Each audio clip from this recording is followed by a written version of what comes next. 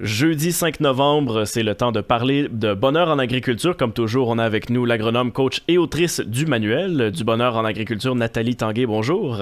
Bonjour Louis-Philippe. On y va dans le relationnel cette semaine en parlant, vous appelez ça s'appelle le triangle dramatique de Karpman.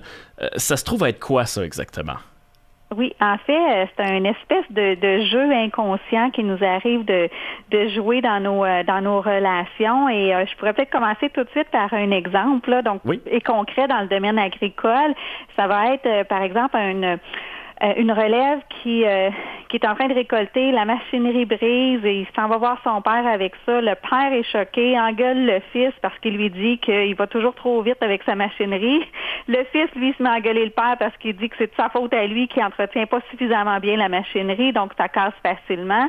Là, le père est vraiment furieux, il s'en va voir sa femme et là, il chiale auprès de sa femme, puis sa femme lui dit « Regarde, calme-toi, c'est correct, je vais aller lui parler à notre fils, ça n'arrivera plus. » Donc, c'est vraiment entre trois personnes, si je comprends bien, là. Dans ce cas-ci, c'est entre trois personnes. Parfois, ça peut être entre des groupes de personnes aussi. Okay. Et ce triangle-là, se répète à l'infini d'une façon très pernicieuse. Puis, moi, je pourrais continuer l'histoire, là, que le jeune s'en va voir le voisin, il chiale auprès du voisin, il parle dans le dos de son père et tout ça. C'est juste un exemple.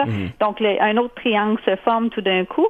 Donc, dans ce cas-ci, par exemple, dans ce cas-ci, on a au début le fils qui est comme même victime du bris de la machinerie, se fait engueuler, devient victime du père. Il engueule le père, il devient le bourreau du père. Quand le père l'engueule, le père est bourreau. Le père devient victime quand il se fait engueuler. Il s'en va voir la mère, il chiale, donc il prend un rôle de victime et de bourreau envers son fils en même temps. La mère, elle, qu'est-ce qu'elle fait? Elle prend un rôle de sauveur. Et comment est-ce qu'on réalise qu'on est dans une situation comme ça? Parce que c'est facile d'en parler comme ça, mais quand on est dedans, on doit pas le voir, là. Oui. Non, c'est ça. C'est sûr. Donc, quand il nous arrive des situations comme ça, éventuellement, on sent que nos émotions sont négatives. C'est pas très positif. Donc, c'est d'en prendre conscience. Puis, éventuellement, on se rend compte que ces patterns-là, en bon français, là, ou plutôt cette dynamique-là, revient souvent.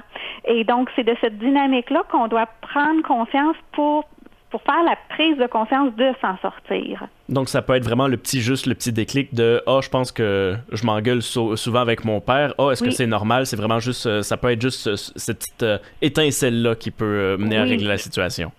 Pas nécessairement régler la situation, mais au départ, au moins, d'enclencher le processus. Le processus pour le régler, en effet. Donc, d'en prendre conscience qu'on est pris dans ce genre de dynamique-là, qui est totalement un jeu inconscient dans lequel on tombe, dans le fond, on tombe dans le piège de cette dynamique-là.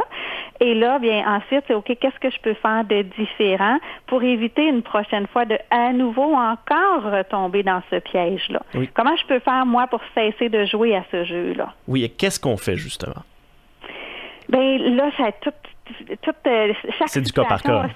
Oui, c'est ça. Chaque situation a ses solutions. C'est sûr que si on s'en sort vraiment on est incapable de s'en sortir nous-mêmes, c'est là qu'on peut aller chercher de l'aide, là. Donc, dans certaines situations, quelqu'un peut avoir même besoin d'aller chercher de la psychothérapie parce qu'il se rend compte que son pattern est vraiment intense, comme le coaching peut être aidant, mais sans nécessairement se faire aider. Si on prend le temps de réfléchir, mais ça peut être de travailler sur notre attitude dans la communication.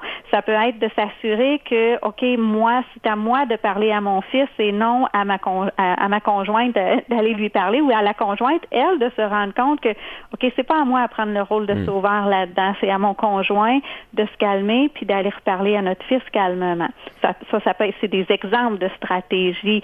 Ça peut être de préparer dans ce cas-ci, on n'a pas vu venir, là, mais dans certaines situations, ça peut être de préparer notre communication avant d'échanger dans une situation où est-ce qu'on s'attend que ça pourrait exploser. On se prépare pour s'assurer d'éviter de tomber dans le même pattern d'engueulade qu'on aurait habituellement.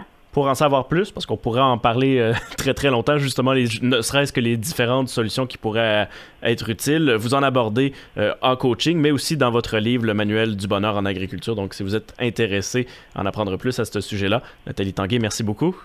Merci à vous. Nathalie Tanguay, encore une fois, agronome, autrice du manuel du bonheur en agriculture et coach.